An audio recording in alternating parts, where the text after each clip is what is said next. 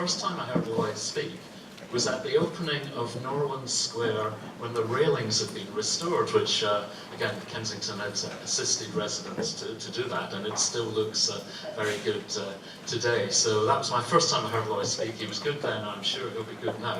But here's the other thing I want to say, and I never ever thought I would say this at an IHBC event or conference. I'm going to say now, fresh from Glastonbury, and this is true, our next speaker is Loyd Grossman.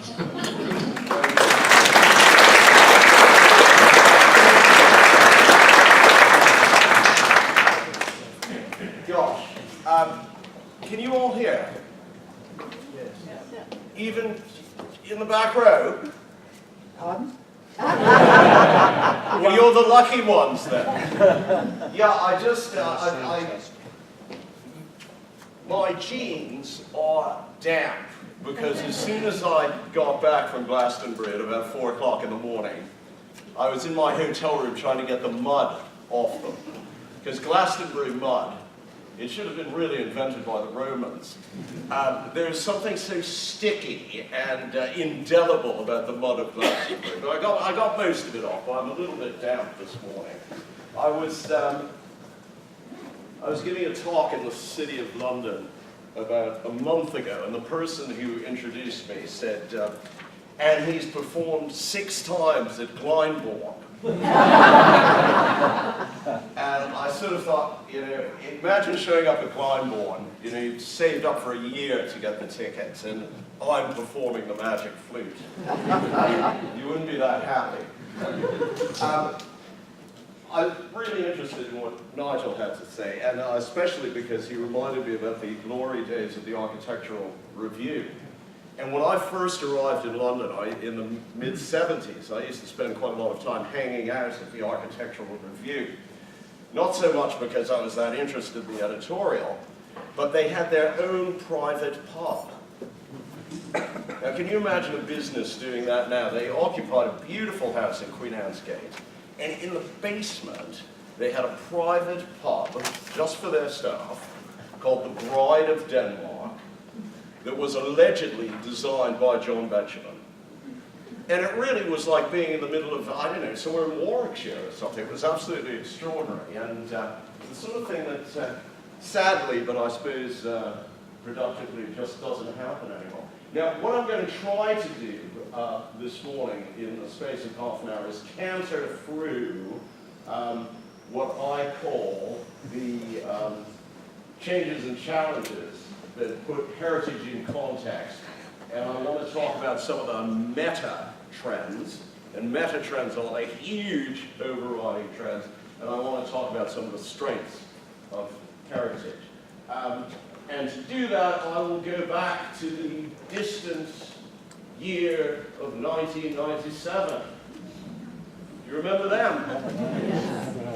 1997 was the year that I first joined the Commission of English Heritage. And it was kind of a funny year because the Spice Girls appeared on the scene as a very disruptive force. And technology was making huge inroads. I don't know how many of you remember the famous clamshell telephone. The Motorola StarTAC was a must-have accessory. Well, things have changed rather a great deal since then. Now, the meta trends that I'm going to talk about are the shrinking state, the death of expert opinion. We certainly saw that reflected in yesterday's referendum. People power and globalization.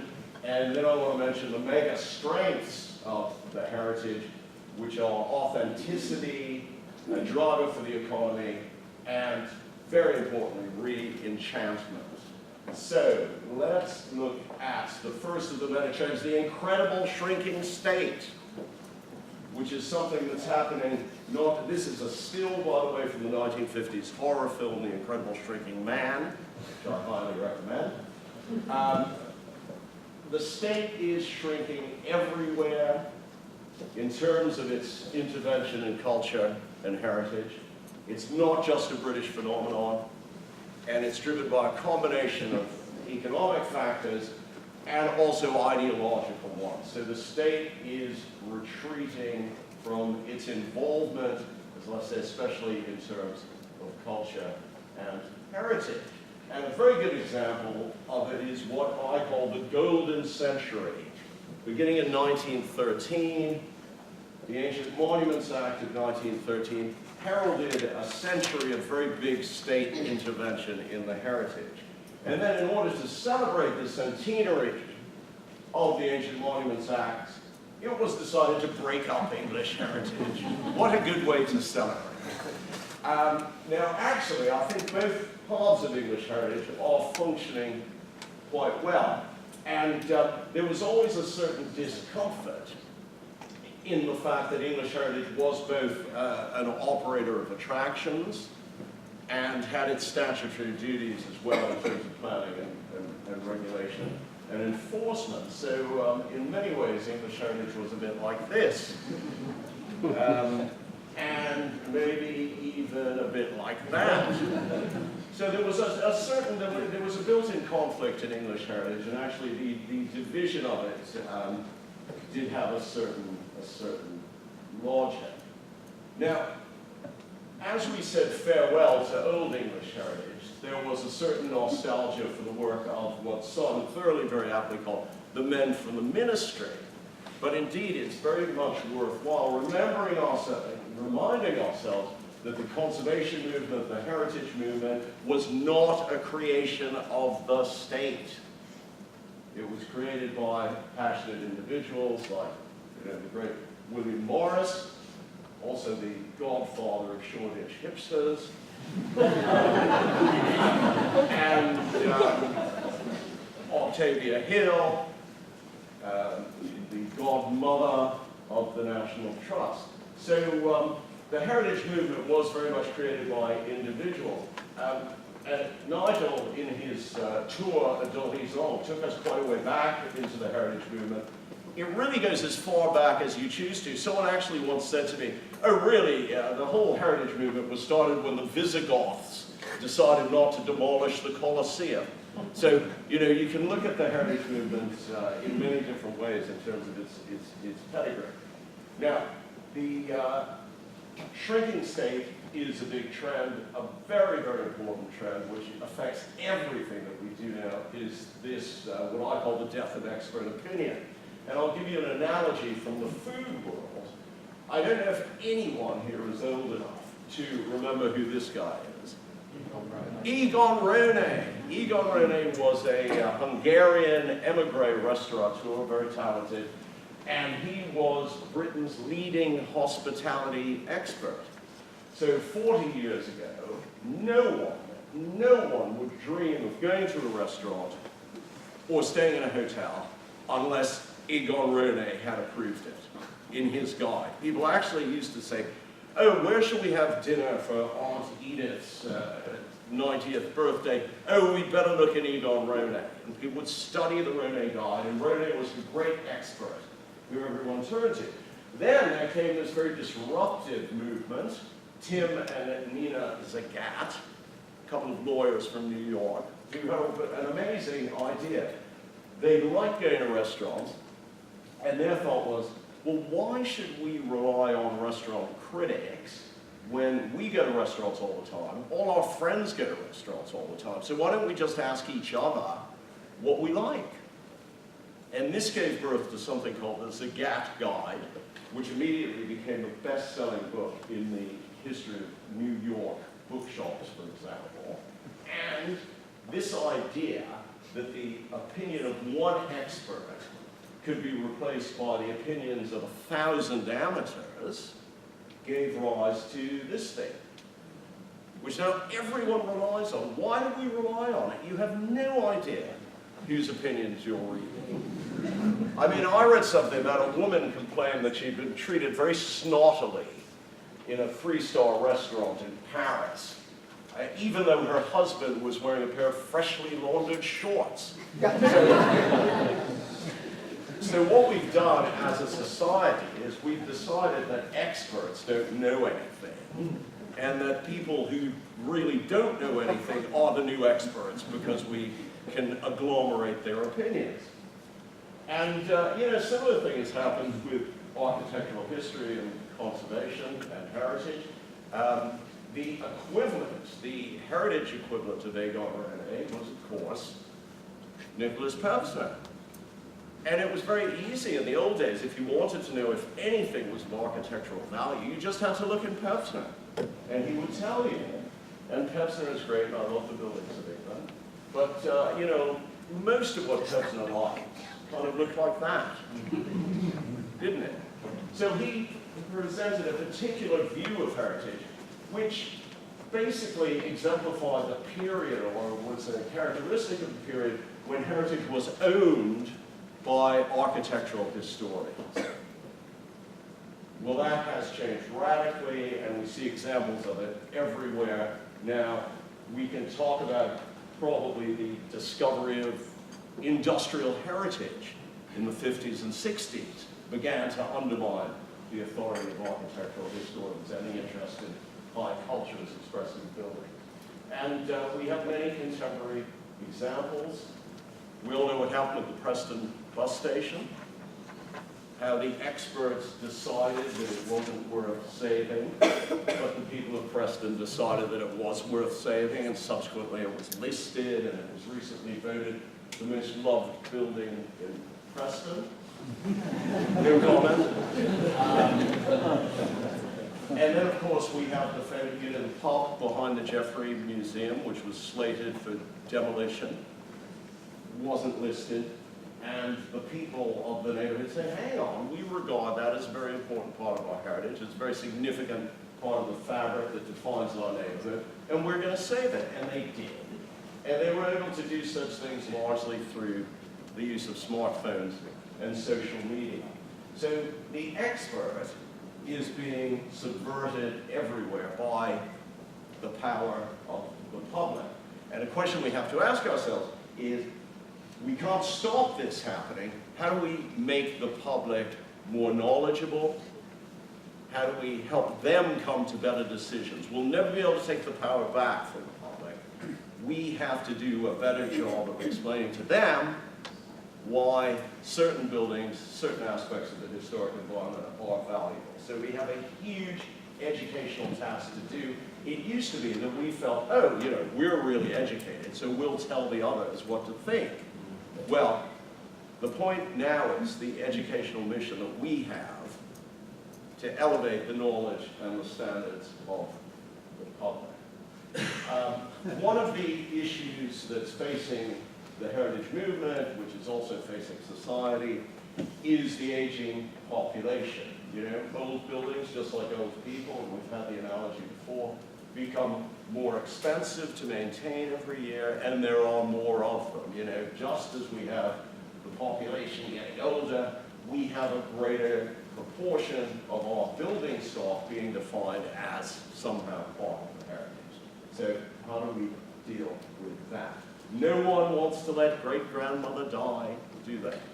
So we've got to figure out how we have an economic model that can support the old age of our population and the old age of our heritage.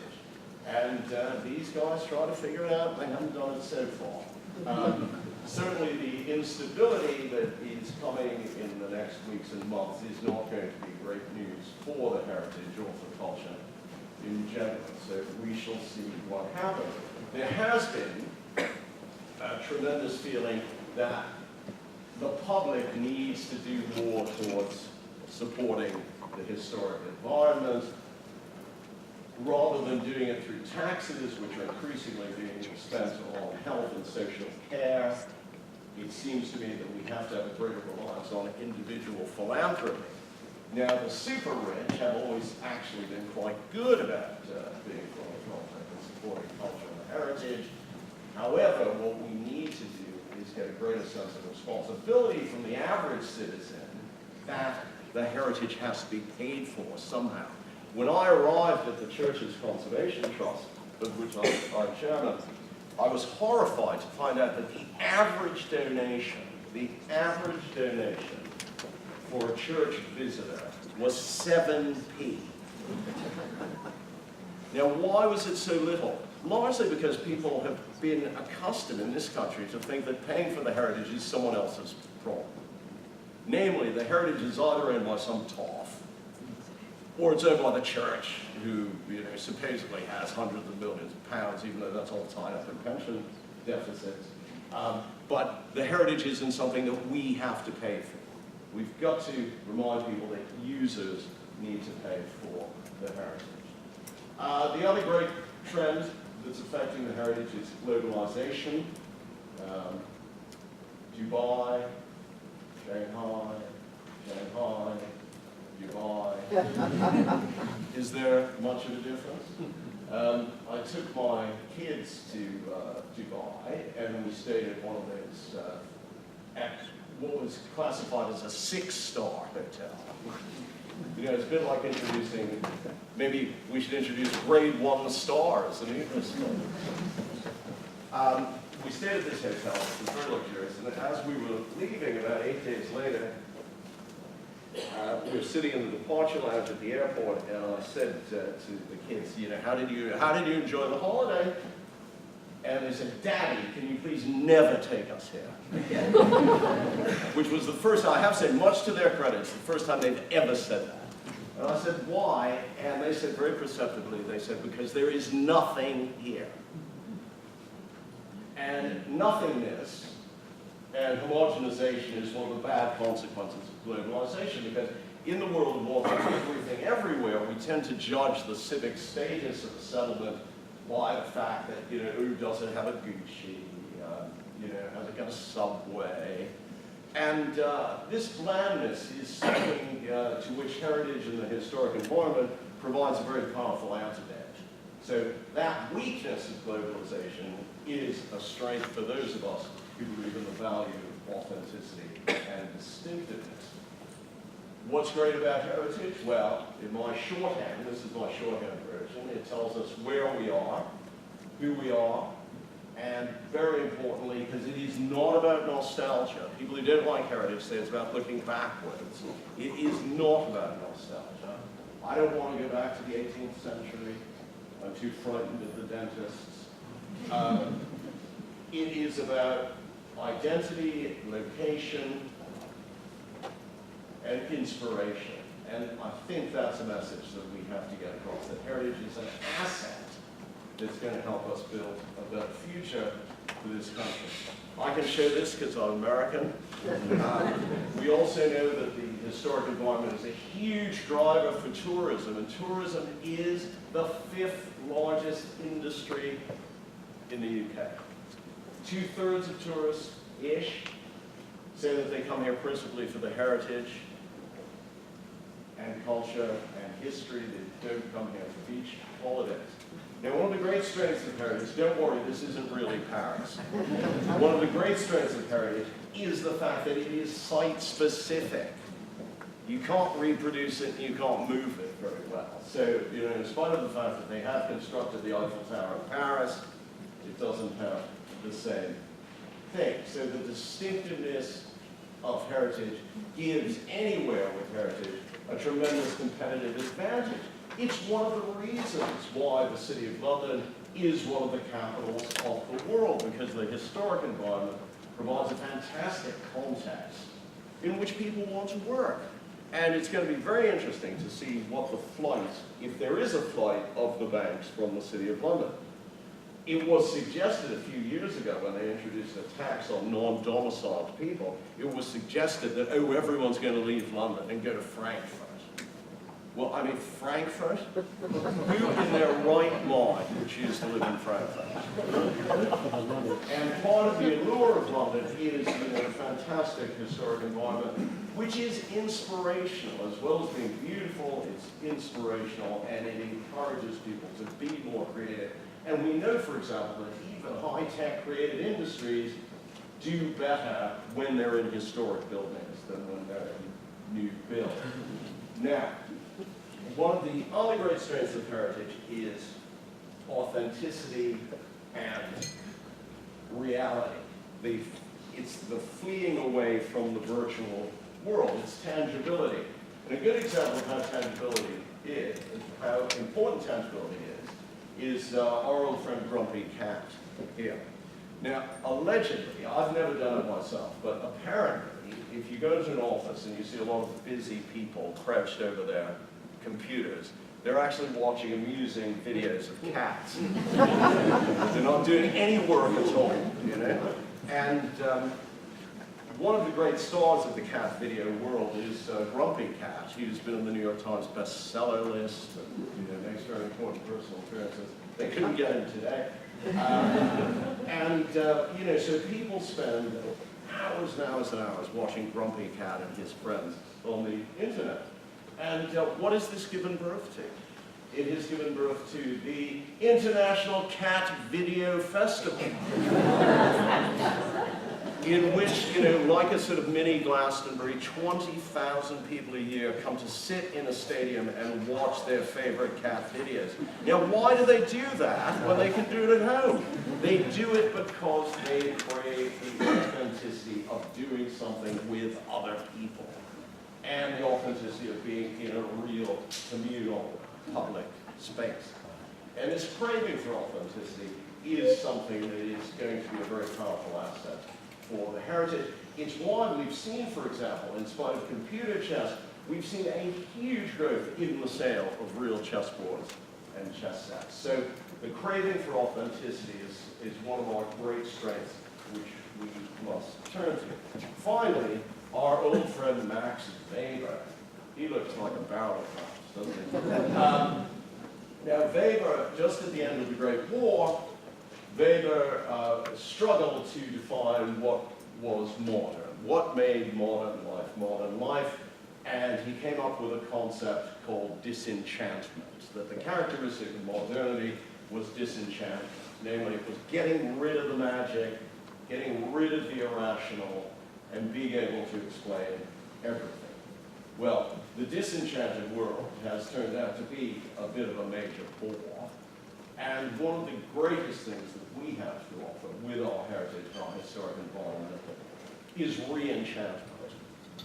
So bringing the magic back into the mundane world is one of our greatest strengths. There is a huge craving for this. And that means that we have to change the language with which we discuss the value of heritage. And we shouldn't be afraid to use words like beauty. And I'm very pleased to see that there's quite a movement now talking about the right to beauty. We shouldn't be afraid to talk about love. We shouldn't be afraid to discuss the heritage in emotional terms.